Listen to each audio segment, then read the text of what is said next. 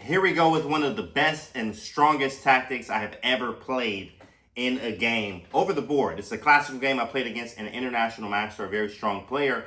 And in this game, I found a very vicious, incredible tactic. Let's see what happened. Now, with black, I'm playing with the white pieces actually. And with black, he plays bishop takes g2 and takes the pawn attacking my rook right here on h1. Now, what he wants me to do is move my rook so he can take my knight. Now, I can't take his rook, but what happens is he'll take my rook as well in sort of an even or equal type of position. But I always tell my students that the best defense is offense. So let's take a look at what's going on here. Can you find the move and the combination that I played in this game? Pause the video if you need to. Of course, it's not that easy to find, but we're going to take a look at it anyway. With white, I play queen to c3. Very strong move here. What this move does is it attacks this pawn on f6. Of course, and with this pawn being captured or this pawn being attacked, if bishop takes h1, I have knight takes f6, which is my whole idea, checking the king. If the king goes to the corner, I have this diagonal where the knight is defended. I can go rook takes h1, and after king g7, I'll have rook h7, checkmate there. But he sees that, of course, so he doesn't go for that.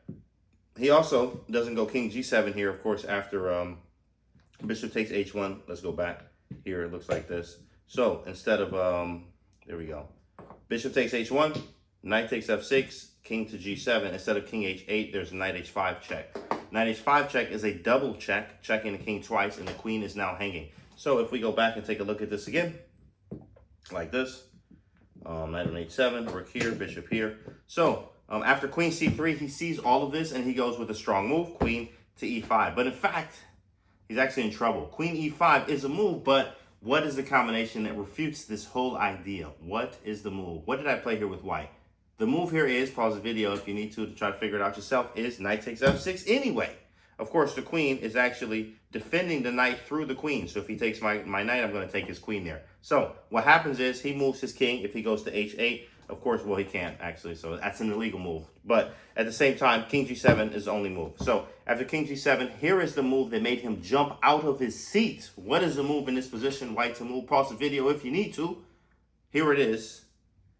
If you said rook h7, you are incorrect. You are wrong. Try again. Rook h7 actually, it weirdly does work, but it takes a long time. After king takes f6, let's follow this calculation-wise. King takes f6. There's rook takes d6 through a check through the queen. So king takes knight, rook takes d6. King goes to f5, queen d3 check, bishop e4, queen over to h3, and then there's king g5, queen h4. You could also go f4 check, which is kind of ridiculous, right? f4 is insane that it works. If king g5, you have queen h2. And if queen takes, I think there's something with king takes, rook takes, king here, check, bishop here, check, king here, f4, queen takes, and I think there's like a rook h5 or something like that. Or maybe queen h4, something like that. Queen h4 and f4, but there's problems basically. And it's very difficult and a lot of calculation as I'm even seeing myself here, right? But this is not the move. In fact, I play a different move. What is that move? White's a move here that made him jump out of his seat.